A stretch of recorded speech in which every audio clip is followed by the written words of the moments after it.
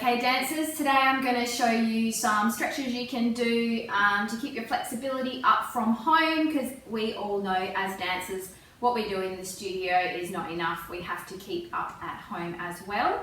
So I'm going to show you a few stretches, most of which you will know, and then I'll show you some variations to try and get a deeper stretch or more challenge.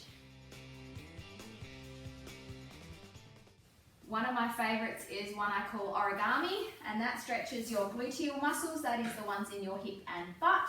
So what you're going to do is you're going to pick up your foot or your ankle and you're going to rest it on the top of your other leg. So that's your ankle bone just below your knee. Now for most dancers this does not stretch your gluteal muscles.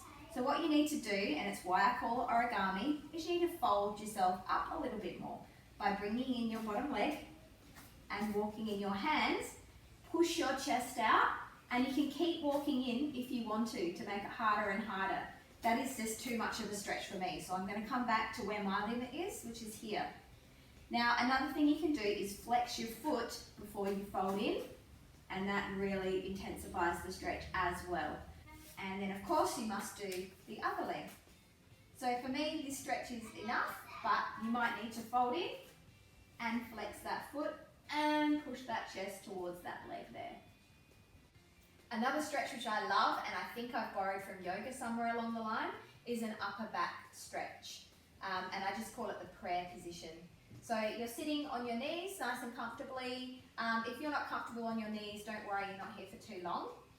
You're going to get your elbow, so I've got my right elbow and I'm taking it to the opposite leg and I'm putting it on the outside of my knee.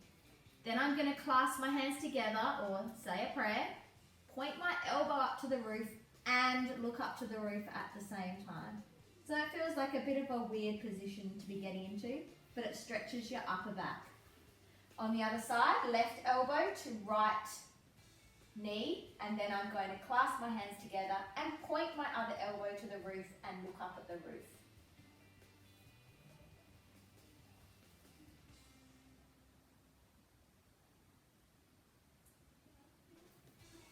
And of course we hold them for up to 30 seconds. You don't want to really overstretch your back by holding things too long, but you have to hold it for a decent amount of time to really feel the stretch and start feeling your ribs and your spine opening up. Alright, now this stretch is one of my favourites and everyone complains about it. So what you'll need is a bit of a soft mat underneath you, a cushion or a pillow or a jumper, something like that, because some people complain that it hurts their kneecap. Generally, that often means that you're in the wrong position, so listening carefully as to how to get that correct position. So you do your usual runner's stretch. We all know this one as dancers. We're pushing our straight leg into the ground to try and get a stretch in our hip, and for most people who can do the splits, this is not quite enough. So what you're going to do is rest your knee on the ground. You're going to flick that foot up. Now I've got my left foot up, only with my right hand reach around and grab this and pull it into this position. Now this will hurt your kneecap if you're up like this, okay? You must be in open hip position. And then you can leave your leg there and swap arms, because this pulls your quadricep and your hip flexors on a different angle and stretches that as well. And you're ready to do the other leg. So we've got our nice open hip.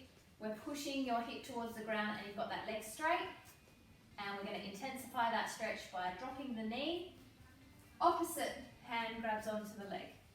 We are not up in this position, which hurts your knee and actually doesn't do the stretch it's supposed to. And leave the leg there and swap over. Now that stretch can also be done while you're in the splits, but you can hold it in, hop in the splits, and then you pull this leg up and you can take that hand off the ground that's supporting you if you want to as well, but I'm not ready for that just yet. Our shoulders are an often neglected area, especially when a lot of us these days spend our time like this. We need to stretch and open up those shoulders. This is a great stretch, but for a lot of people it's not stretching down here enough. So what you can do, as long as you're pushing your armpit out, And lifting up high in your rib cage, you can take a slight tilt. And that stretches down the latissimus dorsi muscles a little bit more. So I'm pushing my armpit out, I'm lifting through the rib cage, and then I'm tilting. Many people often find that when they're in this long sit position with their legs straight out, they just feel such a pull up their hamstrings when they try and lean over like this, and they're like, why am I so flexible yet I can't actually reach over this way? Well, it's actually because you need to open up your hips and free up the nerves in the hips and open up the muscles and relax them first. So a good little test you can do is, once you've done a general warm-up, take note of where your fingertips can reach. So mine are reaching at the first toe knuckle today. And then you do your origami stretch. And 30 seconds is up. And I'm going to see if I can reach a little bit further. And there we go. I can get my fingertips past all of my toes today. Some of you may be able to fold your whole body in half and lay on the tops of your legs. Good luck with that. Right, for dancers looking to improve their back flexibility, a really important thing is to improve the strength or make sure your back is strong at the same time. So just doing your static back stretches, such as laying on the ground and arching your back, is not quite enough.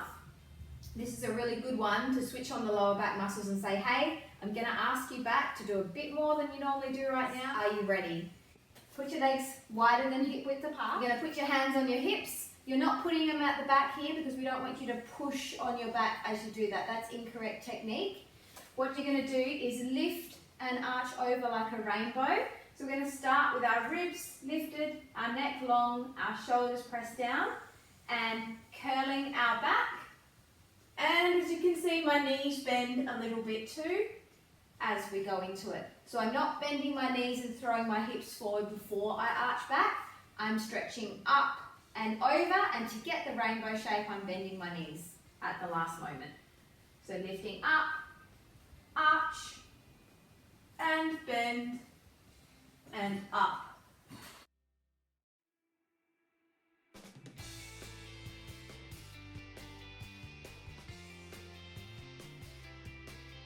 Alright, so far I have shown you how to get more stretch out of your legs, how to stretch your back in a way that gets you a lot more control and strength and therefore less chance of injury. I've shown you how to open up your hamstrings and get them a little bit more lengthened, and now I'm actually going to show you a range of motion exercise for your feet so that you can get pointed feet. So we go point, Barbie feet, flex, Barbie feet, point, and you keep going through Barbie feet,